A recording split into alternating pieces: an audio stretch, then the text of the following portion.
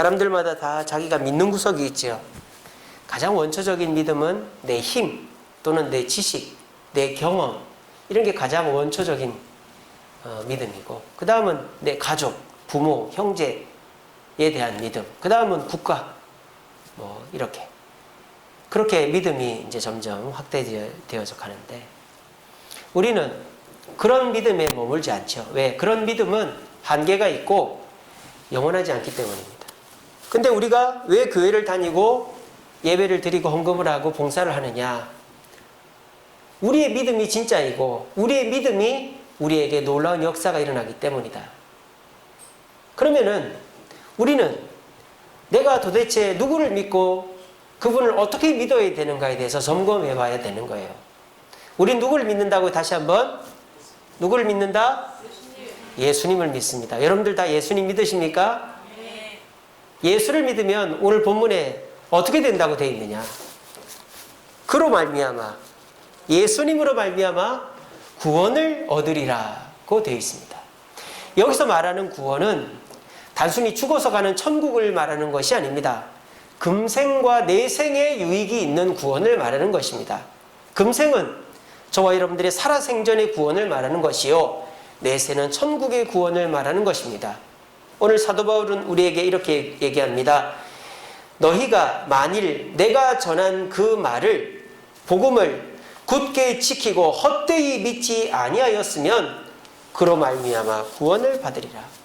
사도 바울은 느지막이 예수님을 믿고 예수님을 믿는 그 믿음으로 사역을 했습니다. 그 결과 죽을 고비도 넘기고 어려움도 지났지만 많은 교회를 세우고 많은 사람을 주님께로 인도했습니다. 사도 바울이 믿는 예수님 다르고 우리가 믿는 예수님 다릅니까? 그렇지 않습니다. 예수님은 사도 바울의 예수님이나 나의 예수님이나 동일한 분입니다. 무엇이 문제입니까? 믿음이 문제가 있는 것이죠. 그 예수님을 어떻게 믿느냐가 중요한 것이다 라는 것입니다. 사도 바울이 예수님을 믿는 그 믿음과 오늘날 성도들, 저와 여러분들이 믿는 믿음이 다를 수 있다는 거예요. 그래서 오늘 이 시간에는 뭐 구체적으로 얘기는 안 하셔도 됩니다. 오늘 설교를 들어보시면서 내가 예수님을 믿기는 하는데 나는 도대체 어떤 예수님을 믿는가? 한번 생각해 보시기를 바랍니다. 여러분, 우리나라는 어떤 국가죠? 민주주의 국가죠? 그죠? 자, 북한은 어떤 국가죠? 북한도 민주주의 국가입니다. 예. 우리도 민주주의 국가고 자기들도 민주주의 국가예요. 근데 그 민주주의가 어떤 민주주의냐에 다른 거죠. 우리나라는 자유민주주의입니다. 그러니까 모두가 자유로운 선택을 보장하는 민주주의다라는 거죠. 근데 북한은 인민민주주의입니다. 이건 뭡니까? 인민의 결정이 자유를 억압할 수 있다. 그럼 인민의 결정이 도대체 뭡니까? 공산당의 결정인 것이죠. 자, 똑같은 믿음이지만, 똑같은 민주주의지만, 미국도 민주주의, 우리도 민주주의, 중국도 중화민주공화국, 민주주의, 북한도 민주주의.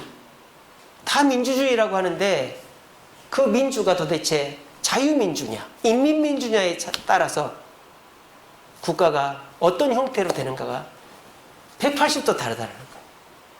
믿음도 마찬가지입니다. 오늘 여기 계신 분들 다 예수님 믿습니다. 하지만 우리가 믿는 믿음이 어떤 믿음이냐 하는 게 중요한 거죠.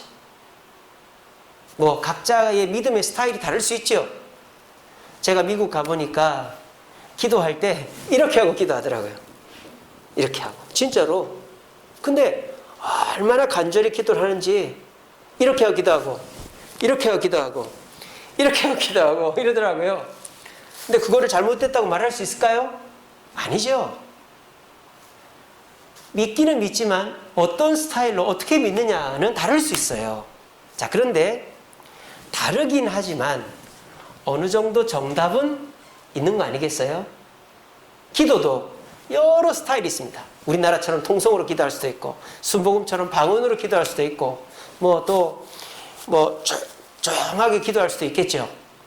근데 우리 기도의 한 가지 규칙이 뭡니까? 우리 개신교의 기도의 규칙은 끝에 예수의 이름을 갖다 붙여야 된다는 거예요. 천주교는 예수의 이름으로 기도하지 않습니다. 베드로 이름으로 기도합니다. 마리아 이름으로 기도합니다. 그래서 그냥 아멘만 갖다 붙입니다. 뭐랑 똑같은지 아세요? 이슬람교도 그렇게 합니다. 이슬람교도 아민 합니다. 아민. 이슬람교도 맨 끝에 샬라 샬라 샬라 샬라 아민 그럽니다. 이슬람교가 얼마나 아멘을 잘하는지 몰라요. 근데 그 아멘에는 예수 이름이 없어요. 그러니까 우리의 기도가 각자의 스타일이 있을 수 있어요. 이렇게 하고 기도하고, 이렇게 하고 기도하고, 이렇게 하고 기도하고, 막 이렇게 기도할 수 있죠. 하지만 주님이 받으시는 기도는 예수 이름으로 해야 된다. 이런 것처럼 우리의 믿음의 스타일이 다양할 수 있지만 우리가 구원을 얻는 믿음, 금생에서도 살아생전에도 문제를 해결받고 죽어서도 천국 가는 믿음을 가지려면 오늘 성경에 나오는 사도 바울의 믿음이 뭐 정답이라고 말할 수는 없지만 가이드라인 정도는 된다는 것입니다. 그래서 오늘 나의 믿음은 사도 바울이 지금 말하고 있는 이 믿음과 얼마나 차이가 있고 얼마나 가까운 걸 한번 따져보시면서 사도 바울은 늦게 예수를 믿었지만 그 믿음 때문에 자기 재산도 결혼도 신분도 다 내려놓고 예수를 쫓았고 그 결과 죽거나 망한 것이 아니라 자기가 로마 시민으로 또 학자로 그냥 그렇게 호의호식하면서 생활했으면 사도 바울을 우리가 어떻게 알아요? 아무도 기억하지 않죠. 근데 이 사도 바울이 예수의 이름으로 복음을 전하고 그 복음 때문에 목숨을 거니까 지금까지도 수많은 사람이 기억하는 인물이 됐다는 거죠. 그러니까 저와 여러분들도 이 사도 바울이 믿는 믿음의 스타일, 이것을 따라서 신앙생활 할 때 그 믿음이 우리에게 구원을 주고 그 믿음으로 말미암아 우리도 기억되는 신앙생활, 기억되는 인생을 살게 된다는 거예요. 그래서 오늘 이 시간에는 정말 아주 적나라하게 뭐 말하라는 거 아닙니다. 여러분 속으로 사도 바울의 믿음과 내 믿음이 좀 다르네. 그런 느낌이 들 정도로 사도 바울의 믿음과 내 믿음을 아주 적나라하게 비교해 보시면서 내가 잘못 믿고 있었구나. 내 믿음이 다른 방향으로 가고 있었구나 하는 것이 한두 가지라도 깨달아진다면 믿음을 수정하여서 금생과 내생의 구원이 있는 그런 살아 역사하는 믿음으로 세상에서도 승리하고 천국 가는 저와 여러분들 되시기를 간절히 바랍니다. 자, 오늘 본문에서 사도 바울은 자신의 믿음을 뭐라고 말하느냐? 자, 첫 번째 같이 읽어봅시다. 시작. 역사적인 사실에 근거한 믿음이다 라고 말해요. 오늘 그게 어디 나는가? 4절에 보십시오. 예수님은 그냥 무슨 신화에 나오는 것처럼 뜬구름 잡게 이 땅에 오셨다가 뭐 가신 분이 아니고 정확하게 역사적인 증거를 갖고 있다 이 말이에요. 태어나신 고향도 있고 태어나신 고향은 어디예요? 베들레헴. 베들레헴 지금 있습니까 없습니까? 말을 해보세요. 베들레헴 있어요 없어요? 있죠. 자, 베들레헴에 가면 예수님 탄생하신 장소가 있습니까 없습니까? 있죠. 지금도 있어요. 예수님이 성장하신 곳은 어디죠? 나사렛이죠. 여러분 지금 나사렛 있어요 없어요? 있죠. 나사렛에 가면요 예수님의 그 집이 있어요. 그 집 위에다가 교회를 세워놨어요. 그리고 가나 혼인잔치, 가버나움 다 있어요. 그리고 예수님이 십자가에 들어가신 곳이, 달려 죽으신 곳이 어디죠? 무슨 언덕이죠? 골고다 언덕이죠. 골고다 언덕 지금 있어요 없어요? 있어요. 성묘교회라는 교회가 세워져 있어요. 자, 우리 예수님은 역사적인 사실에 근거한 분이다. 그리고 또 오늘 성경에 뭐라고 되어 있습니까? 3일 만에 살아나신 분이다. 예수님은 십자가에 달려 죽으신 다음에 그냥 뭐 대충 살아났다 그렇게 뭐 얘기한 게 아니라 목격자가 있고 죽어서 무덤에 들어갔다는 것에 대한 목격자도 있고 무덤을 지켰던 목격자도 있고 부활을 했다는 걸 목격한 목격자도 있는 거예요. 제가 지금 말씀드린 건 뭐예요? 우리 예수님은 역사의 흐름, 시간 속에 존재하신 분이라는 거예요. 이걸 모르는 사람이 누가 있어요? 다 알죠. 근데 이걸 믿어야 된다는 거예요. 그래서 여러분, 이 누가복음에 보면 누가가 이 누가복음을 누구한테 썼습니까? 데오빌로라는 예수를 믿은 지 얼마 안 된 초신자 그리스도에게 썼잖아요. 근데 거기 보면 예수님이 태어나실 때 왜 베들레헴에서 태어났는가의 이유가 나오죠. 예수님이 그 어머니 아버지가 다 나사렛 사람인데 왜 베들레헴에서 태어나셨어요? 왜?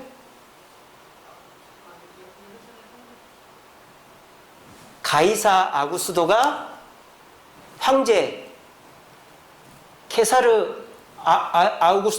아우구스투스는 로마의 초대 황제입니다. 자, 로마 역사에 아우구스투스 있을까 없을까요? 있죠. 당연히 있죠. 그 아우구스투스 살아생전에 데오빌로도 살아 있었습니다. 그 아우구스투스가 로마 영토 안에 있는 모든 사람은 자기 고향에 가서 호적 신고하라고 했어요. 자, 그거를 데오빌로가 알까요? 모를까요? 알죠. 자기도 그 명령을 들었으니까. 그러니까 아우구스투스가 호적 신고하라고 한 그 해에 예수님이 태어났다라고 얘기한 거예요. 그러면 아우구스투스 데오빌로라는 사람이 나 그 소식 나도 들었는데 그때 예수님이 태어나셨구나. 그러니까 예수님이 뜬구름 잡는 식으로 된 게 아니라 정확하게 태어난 연도가 있다 이 말이에요. 그거를 누가가 데오빌로에게 가르쳐 주는 거예요. 왜? 예수님은 뜬구름 잡는 분이 아니다는 거예요. 여러분, 예수님 태어나셨을 때 우리나라는 뭐 하고 있었을까요? 삼국시대가 막 시작하기, 고구려 백제 신라가 만들어지기 직전이에요. 그런 거로 따져보면요, 예수님의 이야기는 너무너무 옛날 이야기죠. 우리나라 역사와 비교해보면 우리나라는 지금 삼국시대 역사가 별로 남아있는 책이 없잖아요. 삼국사기, 삼국유사 외에는 없잖아요. 일본 놈들이 다 태워버려가지고. 근데 이 유대인들이 아주 고집스러우리만큼 성경을 필사해서 성경을 2000년 넘게 남겨놓으니까 예수님이 태어나던 장소, 예수님이 자란 장소, 예수님이 어디서 뭐 했고, 어디서 죽었고, 어디서 얼마 만에 부활했다는 역사적 증거들이 이 성경책에 다 들어있는 거예요. 그리고 이 고린도전서를 쓸 때에 고린도전서를 읽는 사람들이 그 역사를 같이 사는 거예요. 그러니까 이 고린도전서를 읽는 사람들은 이 성경을 믿겠어요, 안 믿겠어요? 당연히 믿죠. 내가 그 역사 속에 살았는데. 이게 뭐예요? 우리의 믿음은 내가 살고 있는 현실 속에 계신 예수님을 믿는 믿음이다 이 말이에요. 현실에 뿌리 박은 믿음이 돼야 된다 이 말이에요. 자, 그런데 제가 이 얘기를 왜 하느냐? 당연한 거 아닌가? 근데 이게 당연한 게 아니란 말이에요. 예수님을 시간의 흐름 속에 존재하는 분으로 인정하지 않고 그냥 신 하나 뜬구름 잡는 식으로 얘기하는 사람들이 있단 말이에요. 그렇게 예수님을 우리가 사는 이 시간 속에서 이해하지 않는 사람의 믿음은 어떤 믿음이냐? 능력이 없는 신앙이 됩니다. 왜?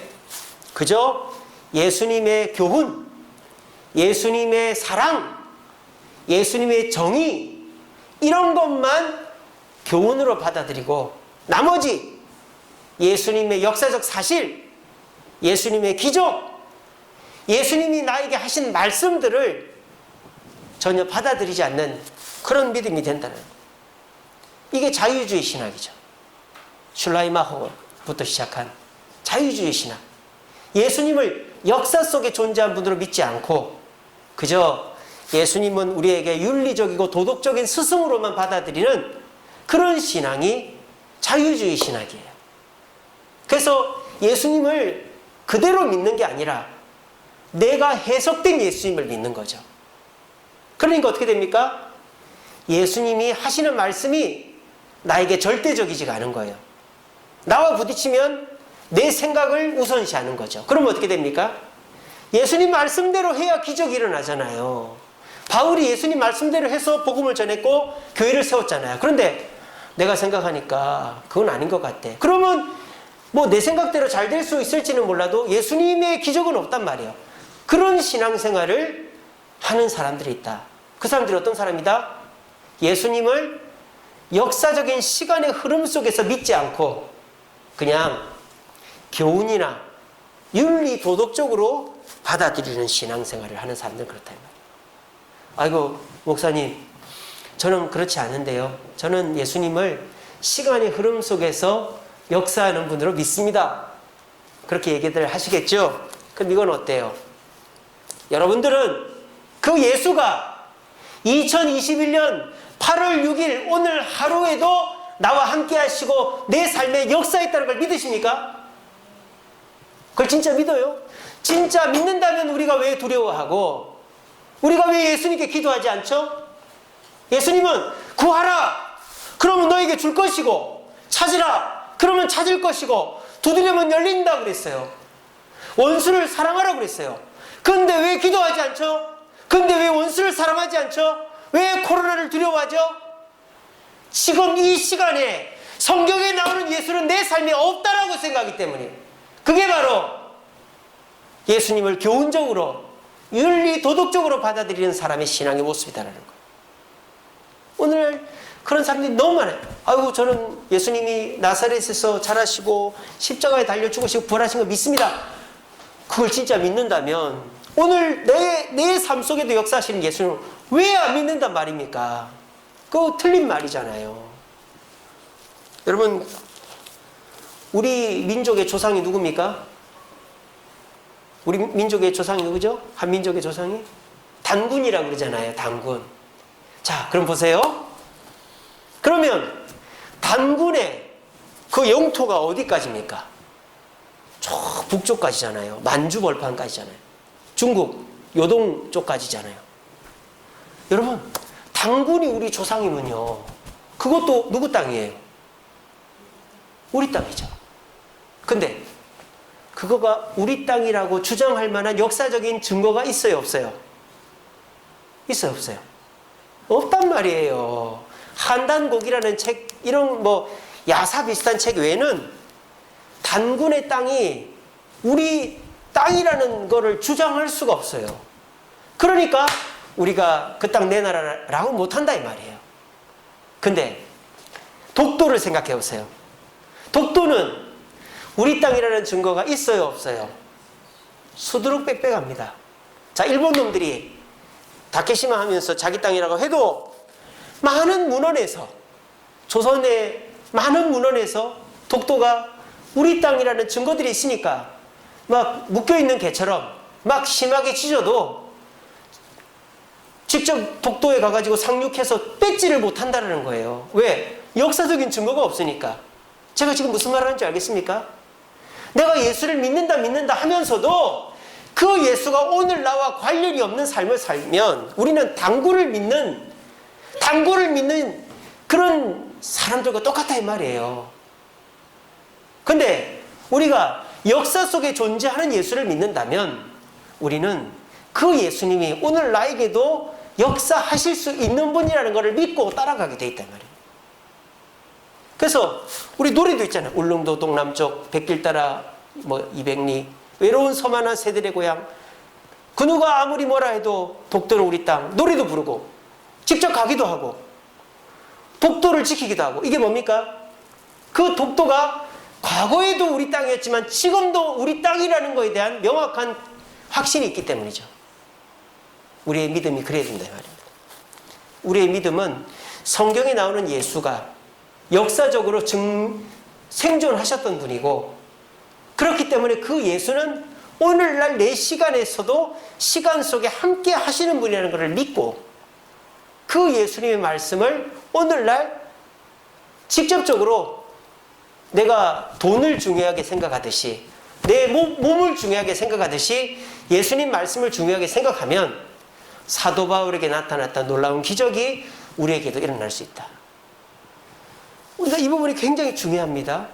오늘 많은 성도들이 겉으로는 예수님 믿습니다. 예수님 나사렛에서 태어나시고 십자가에 달려 죽으시고 3일 만에 부활하시고 다 믿습니다. 그런데 그 예수가 그때에만 존재했던 예수란 말입니까? 그렇지 않지 않습니까? 지금도 존재하고 지금도 말씀으로 우리에게 말씀하시지 않습니까? 우리가 법전에 기록이 되어 있으면 그건 옛날 법이니까 옛날 법이죠 하는 사람이 누가 있어요? 그 법이 개정되지 않는 한 지금 우리에게도 적용이 되는 거예요. 김영란법이 공포가 됐으면 5만 원 이상 주면 안 되는 거예요. 주다 걸리면 국회의원 잘리는 거예요. 그게 무서워서 서로가 몰래 줘도 주고 안 주는 거죠. 이게 무슨 말이에요? 진짜 믿는다면 실질적으로 행동하게 되어 있는 거예요. 근데 우리가 안 믿으니까 말씀대로 안 살고 실질적으로 말씀의 능력을 인정하지 않는 것이다. 한번 오늘 하루에 여러분들의 삶을 돌아보십시오. 예수님은 거짓말하지 마라, 원수를 사랑해라, 복음을 전해라, 기도해라 이러셨는데 과연 여러분들은 그 말씀에 얼마나 순종했는지, 순종했다면 2000년 전의 예수가 내 시간 속에도 역사하시는 겁니다. 하지만 예수님은 그때 역사하셨던 분이고 지금 나하고는 관련이 없어. 지금은 예수님이 뭘 어떻게 나한테 할 수 있겠어. 그런 식으로 신앙생활하면 내가 믿는 믿음은 우리가 천국 갈지는 몰라도 금생에는 아무 도움이 되지 않는 믿음이 된다라는 것입니다. 오늘 이 시간 한번 돌아보십시오. 내 시간에 역사하시는 예수를 나는 믿는가? 아니면 2000년 전에 그냥 생존하셨던 그분을 나는 믿는가?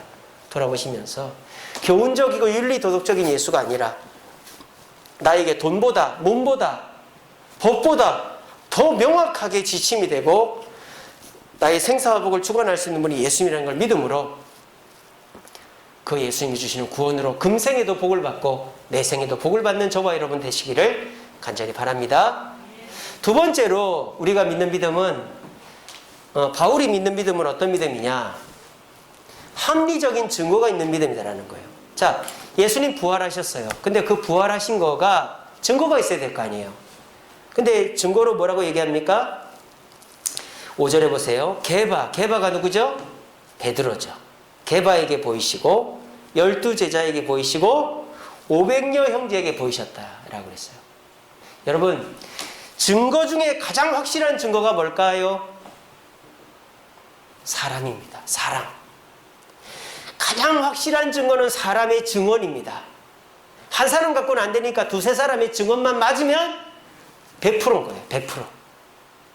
그리고 법정에서는 위증을 할 시에는 내가 죄를 짓는 거예요. 그만큼 사람이 중요한 거예요. 자, 일본 놈들이요, 얼마나 나쁜 놈들입니까? 우리나라 역사책 다 태워버렸잖아요. 일본 놈들이 우리나라에서 나쁜 짓 한 거 다 태워버렸잖아요. 증거가 없어요. 근데 우리나라에 나쁜 짓을 하고 우리나라 꽃다운 여자 아가씨들을 데리고 가서 나쁜 짓을 했다는 거를 우리가 뭐로 증거하죠? 사람으로 증거하잖아요. 위안부 할머니.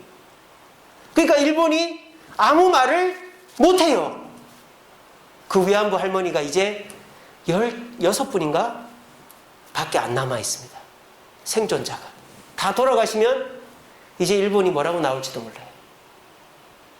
그러니까 문서적으로나 사진적으로 나오는 증거, 이런 것보다 더 확실한 증거는 사람의 증언입니다. 오늘 성경에 게바, 12제자, 500여 형제는 다 사람이죠. 더 중요한 사실은 그 사람이 고린도 전서를 쓸 당시에는 다 생존해 있었다는 거예요. 그리고 이 고린도 전서를 읽는 사람들 중에서 500여 형제에 들어가는 사람이 있다는 것입니다. 이건 무슨 말입니까? 빼도 박도 못하는 진실이라는 거죠. 지금 사도 바울이 예수님의 부활은 합리적인 증거로 증명되는 것이다라고 얘기하는 거예요. 그러니까 지금 사도 바울이 왜 이렇게까지 얘기하느냐? 예수님을 부정하지 마라. 예수님에 대한 증거, 믿음을 위한 증거는 차고 넘친다라는 거죠. 로마 사람, 또 십자가, 무슨 물건, 문서, 이런 것도 있지만 가장 확실한 증거들만 얘기하는 거. 사람 이름, 그것도 구체적인 사람 이름을 얘기하잖아요. 이게 뭡니까? 예수님은 확실한 증거가 있다 이 말이에요. 그런데 확실한 증거가 있음에도 불구하고 그 증거를 안 믿으면 어떻게 됩니까? 그 사람의 신앙은 어떤 신앙? 확신이 없는 신앙이 됩니다. 자, 목사님, 저한테 확신을 주세요. 제가 예수님을 믿을 수 있는 확신을 주세요. 그런 사람도 있어요. 그런 사람들일수록 증거는 아무짝에도 쓸모가 없어요. 니고데모를 생각해 보세요. 예수님이 직접 구원에 대해서 설명해 줬어요. 그런데 그 자리에서 그걸 안 믿었다 이 말이에요. 예수님이 설명해 주시는 그 구원에 대한 설명만큼 정확한 설명이 어디 있겠습니까?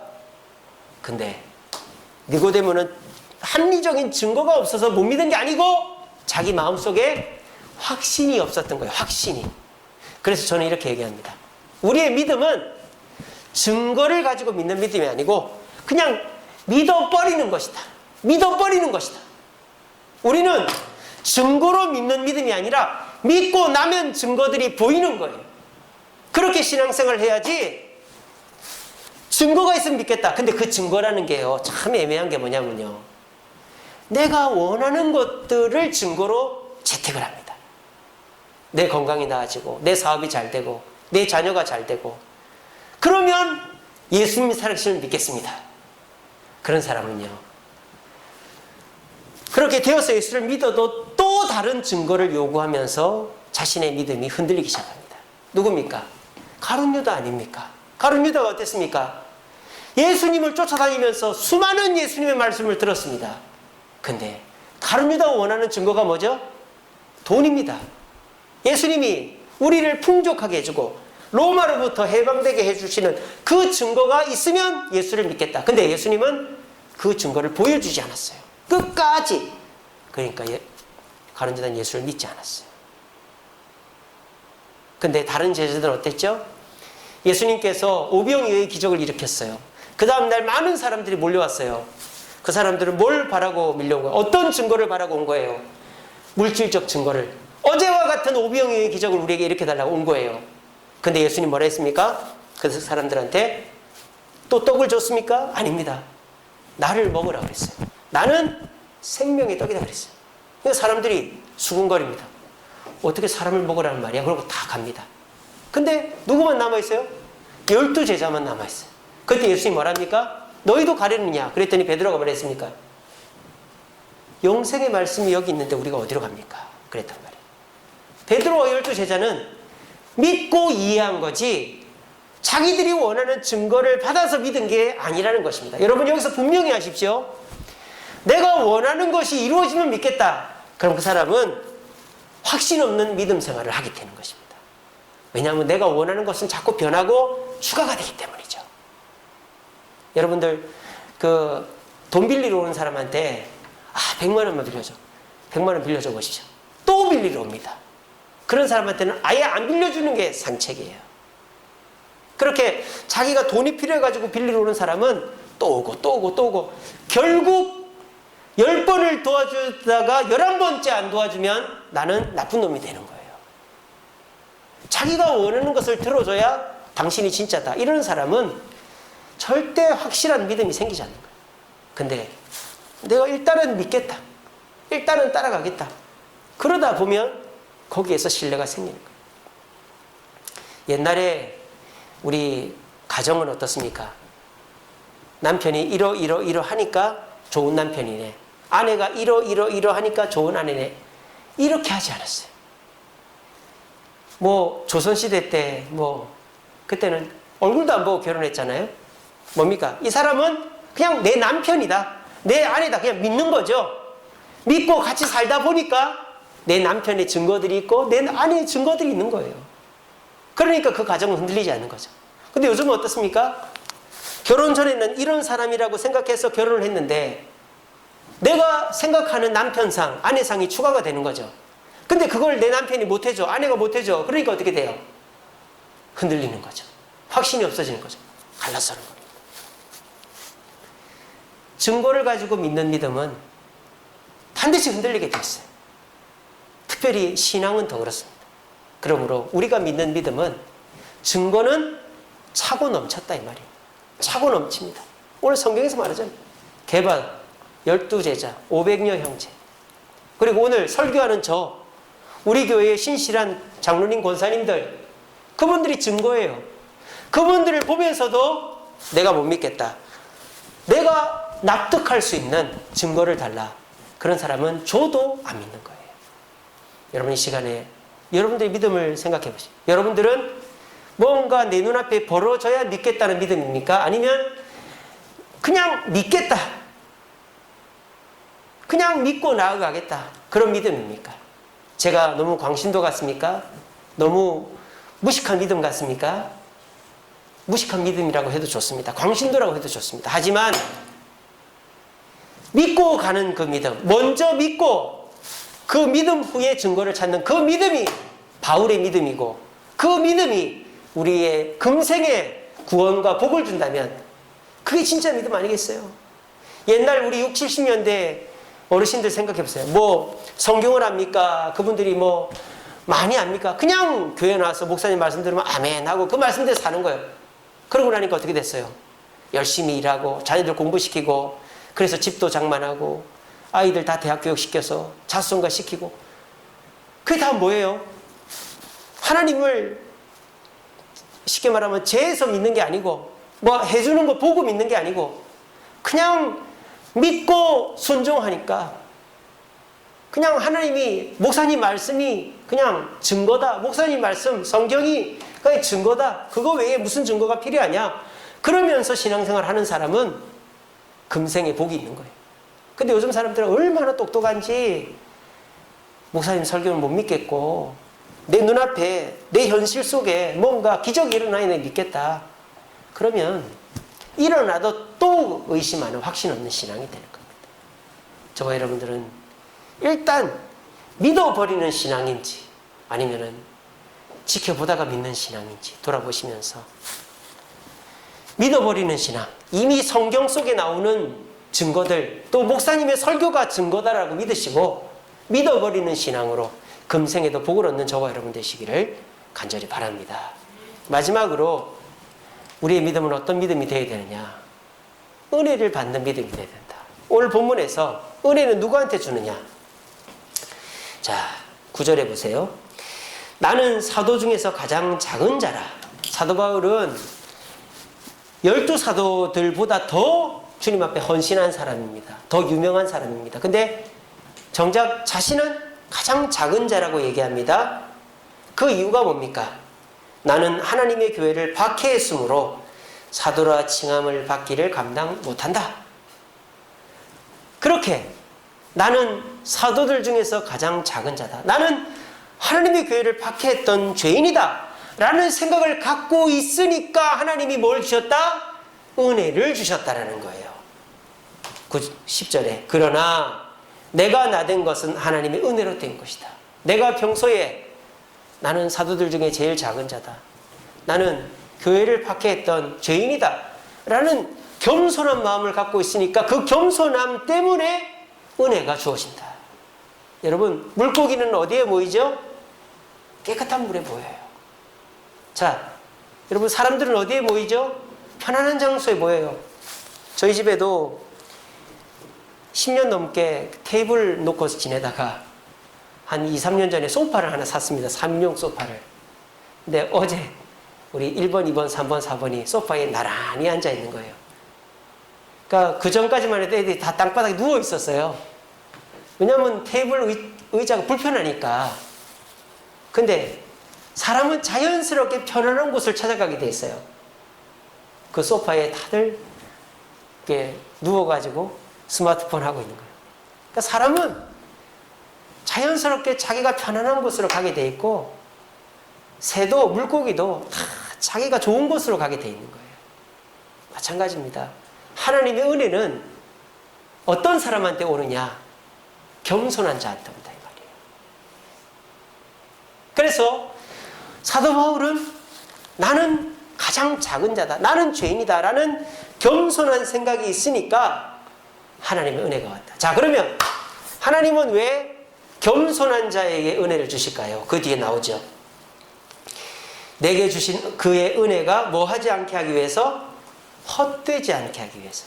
교만한 자에게 은혜를 주면 그 은혜는 헛되게 쓰이기 때문이다. 자, 여러분, 대통령, 회장, 국회의원 은혜 받을 수 있을까요? 없을까요? 있을까요? 없을까요? 있죠. 물론 이 부자들은 자기가 여유가 있고 가진 게 많기 때문에 뭐 굳이 그걸 달라고 안 하니까 못 받을 확률이 높지만, 대통령이라고 해서 부자라고 해서 권력자라고 해서 은혜를 못 받는 게 아니에요. 어떻게 하면 은혜를 받을 수 있죠? 내 대통령 자리가, 내 회장 자리가, 내 시장, 국회의원 자리가 나를 구원하지 못하고 모든 문제를 해결하지 못합니다. 나는 내 자리보다 주님의 은혜가 더 귀합니다. 겸손한 자에게는 은혜가 임합니다. 근데 거꾸로 아무것도 없는 사람, 가진 것은 자존심밖에 없는 그런 가난하고 실패자가 내 다 잘할 수 있는데 뭐 그런 거 필요 없다, 그런 사람은 주님이 주지 않는 거예요. 왜? 줘봐야 그 은혜로 말미암아 좋은 일이 일어나지 않고 줘도 감사하지 않기 때문입니다. 그렇죠? 은혜는 겸손한 자한테 줍니다. 교만한 사람은 절대 은혜를 받을 수가 없다는 것입니다. 저와 여러분들도 마찬가지입니다. 우리의 믿음은 겸손한 믿음이 되어야 됩니다. 내가 5년 신앙생활 했다, 10년 신앙생활 했다, 내가 교회에서 목사다, 장로다, 권사다, 그러면서 내가 이미 이 정도 이루었다, 나의 장점, 내가 잘한 것을 집중하면서 그것으로 내가 어느 정도 된 사람이라고 생각하는 사람은 은혜를 받을 수가 없어요. 왜? 교만한 사람이기 때문에. 근데 우리가 구원을 얻는 믿음, 금생의 복을 얻는 믿음을 가지려면 사도 바울처럼 끊임없이 나는 죄인이다, 나는 부족한 자다, 높은 자리에 가면 갈수록 나는 부족한 자다, 그런 생각을 하면 그 사람은 은혜를 받는 거예요. 오늘날 교회에서 분쟁들이 많이 일어납니다. 목사와 장로, 장로와 장로, 또 목사와 성도 간의 분쟁이, 그게 왜 그럴까요? 내가 부족한 자다, 내가 낮은 자다 생각하면 분쟁이 일어날 일이 없죠. 근데 특별히 목사들이 내가 이 교회를 세우고 내가 전도하고 내가 설교 잘해서 교회가 부흥됐으니 내가 하고 싶은 것 좀 해야지, 그런 생각하는 그 순간 하나님의 은혜가 안 임하는 거죠. 임해도 내가 잘해서 그렇다라고 얘기해버리기 때문에 헛되게 하나님 은혜를 쓰는 거예요. 그렇게 되면 그 목사는 타락의 길로 접어들게 되는 것이죠. 근데 아무리 큰 교회의 목사님이라도 이 교회는 내 교회가 아니고 하나님의 교회고 성도들이 세운 교회고 우리 장로님들이 세운 교회고 나는 그저 무익한 종이다. 하루 종일 밭에서 일을 하고 들어왔는데 주인이 야 밥 차려, 밥 차렸더니 야 손 씻음을 가져와, 손 씻음을 가져왔더니 손 씻고 밥을 먹는데 종한테 먹을 거 하나 안 주면서 혼자만 다 처먹더라. 그래도 그 종은 옆에서 뭐라 한다? 저는 무익한 종입니다. 그렇게 한다고 되어 있잖아요. 우리가 그런 무익한 종이라고 생각하고 신앙생활하면 도대체 저와 여러분들이 망하겠어요? 하나님의 은혜로 금생의 복을 받는 것입니다. 사도 바울은 그렇게 살았어요. 사도 바울은 자기가 많은 교회를 세웠다고 의시되지 않고 또 자기가 대접받지 않았어요. 맨 마지막에는 죄수의 신분으로 로마로 들어갔던 사람입니다. 그렇게 나는 죄인이다, 나는 가장 낮은 자다, 그런 자에게 주님의 은혜가 임한다. 왜? 그래야 은혜가 헛되이 쓰이지 않기 때문에. 그러면 그 사람은 자기가 아무리 나는 낮은 자고 부족한 자라고 해도 사람들은 절대 낮게 보지 않고 부족하게 보지 않죠. 왜? 주님의 은혜가 그 사람을 감싸고 있기 때문에. 사도 바울은 자기는 낮은 자다, 부족한 자다, 그러고 결국 그냥 목베임을 당해 죽었어요. 그래서 비참하게 죽고 사람들이 어이구 헛되게 살다 간 놈 이렇게 합니까? 아닙니다. 하나님의 은혜가 임하니까 사도 바울은 자기는 부족한 자다, 낮은 자다 해도 사람들로부터 존경을 받는 것입니다. 이것이 저와 여러분들이 금생의 복을 받는 길이다. 우리가 내가 어느 정도 되었다고 그걸 자랑하고 인정받으려고 하는 그 순간 교만해지고, 그럼 주님의 은혜가 임하지 않으니까 그 교만 때문에 내가 뭐 사람들한테 얘기하면 굽신굽신할지 몰라도 결국은 망하는 길로 가게 돼 있더라. 근데 저와 여러분들이 아무리 성장하더라도 바울처럼 저는 아무것도 아닙니다. 무익한 종입니다. 가장 교회의 꼬마한테도 소리 지르지 않고 뭐라고 하지 않고 경청하고 존중하면 주님의 은혜가 임하여 결국 아무도 나를 없이 여기지 않고 존경하는 자가 된다는 거예요. 그게 주님의 은혜를 받는 자가 얻는 금생의 축복이라는 거예요. 여러분들은 그렇게 신앙생활하고 있습니까? 아니면 내가 어느 정도 이루었으니 사람들이 좀 알아줬으면 하고 안 알아주면 서운해하고 그런 신앙생활하고 있습니까? 그러면 우리가 이루어놓은 것까지도 다 까먹게 되는 거예요. 사도 바울은 끝까지 작은 자, 겸손한 자라고 그랬습니다. 그래서 끝까지 낮은 자리에 있었더니 주님이 높여주셨습니다. 이게 주님의 승귀죠. 높여주십니다. 우리 모두 내가 믿는 믿음은 겸손한 믿음이다. 그 믿음을 가질 때 은혜가 임한다. 그래서 그 은혜가 헛되이 주어지지 않는다. 그 생각을 가지시고 주님 앞에서 겸손하심으로 주님이 주신 은혜로 존경받고 인정받는 금생에도 복이 있는 저와 여러분 되시기를 간절히 바랍니다. 말씀을 맺겠습니다. 같이 읽어봅시다. 시작. 거룩한 형제들아 예수를 깊이 생각하라. 아멘. 여러분 요즘에 코로나가 한창 심각합니다. 또 올림픽이 한창입니다. 요즘 휴가철이라 코로나 때문에도 우리가 교회를 안 나오지만 지난주에는 휴가들 많이 가가지고 교회를 더 많이 안 나온 것 같아요.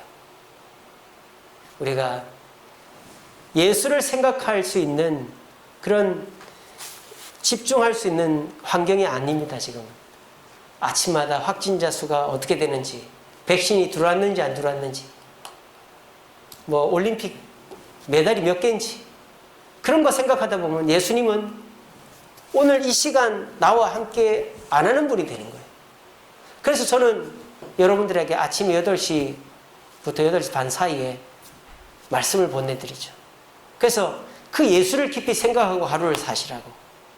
그러면 그 예수님은 나의 24시간 안에 함께 하시고 그리고 그 말씀은 내게 역사하시는 예수님의 증거가 되고 그리고 겸손하게 그 말씀을 쫓아가면 은혜를 받아서 내 하루가 형통하게 되어지는 것입니다. 그렇게 사는 예수를 생각하며 살아갈 때 코로나도 우리의 삶의 문제도 어느샌가 해결되어지게 되어 있다는 겁니다. 우리가 문제에만 집중하지 마시고 내가 뭔가에 골똘하면 내가 뭐 열심히 일을 하다 보면 아픈 거가 생각이 안 나잖아요. 그런 것처럼 예수를 깊이 생각하면 예수님이 내 24시간 하루 속에 역사하신다고 생각하고 그 예수를 믿는 믿음으로 살면 우리는 날마다 승리하고 살아갈 수 있는 것입니다. 우리의 승리는 예수를 묵상하는 데 있지 내 삶의 문제가 해결되는 것에 있지 않습니다. 내 삶의 문제가 해결되어야만 예수가 살아계시고 나는 구원받았다고 생각하면 우리는 날마다 흔들리는 신앙생활 하게 되고 말 것입니다.